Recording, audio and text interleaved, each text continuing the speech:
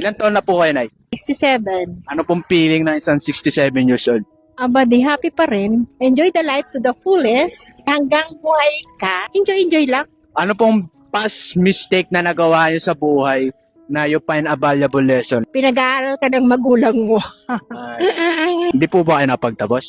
Tapos, kaya lang syempre, mas may gusto pa silang sa'yo. Mas inuna mo yung mag-asawa ka agad. Nakapag-asawa ng maaga, nakapag-anak din po ba kayo ng maaga? Oo. Ilang taon kayo nun? 17. So, kaya nga ang panganay ko is 50.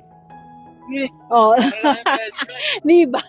Yan ang sinasabi ko sa'yo. 17, 67 ako. So, 15, mag-15 na siya. Oh, di ba?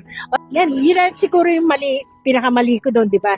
Hindi ko pinili yung mga kasama ko talagang totoo ng habang buhay. So, na anong mabibigay niyong payo sa mga kabataan ngayon na hindi sila nag-iingat na magkaroon ng anak kasi pajowa-jowa? Hindi, mali yun. Huwag agad-agad may magiging kawawa ang bata.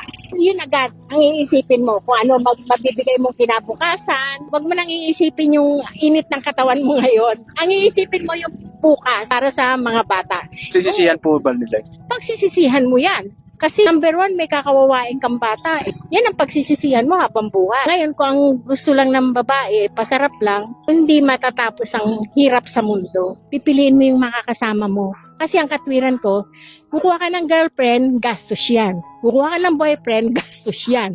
So, ang kailangan, pareho kayong may pangarap, may dream kayo para maging maganda kinabukasan nyo. Kailangan, meron ka agad trabaho.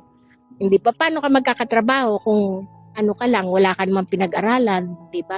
O although hindi naman din nasa diskarte rin yan. O, di ba? May mga yumayaman naman na hindi naman nagtapos sa pag-aaral. Nasa pagdidiskarte niya. Walang diploma, pero madiskarte sila. Hindi lang aasa ka sa diploma. So although, ayun ang pinag-aralan mo, pagkatapos, gusto mo yung agadang marating mo, hindi ganon. Umpisa ka sa mababa. Meron nga naman kasing napagtapos pero hindi nagamit po. Oo, yun ang salita na tamad na wala pang diskarte. Shoutout po Ayan. sila to. Shout out sa mga tamad, magsipag na kayo para walang nagugutom na bata. Wala kang karapatang mag-anak, hindi mo mabubuhay. Wala kang karapatan mag-anak kung hindi mo kaya buhayin. Yun ang pinaka-total nun. Ang bata ang magiging kawawa.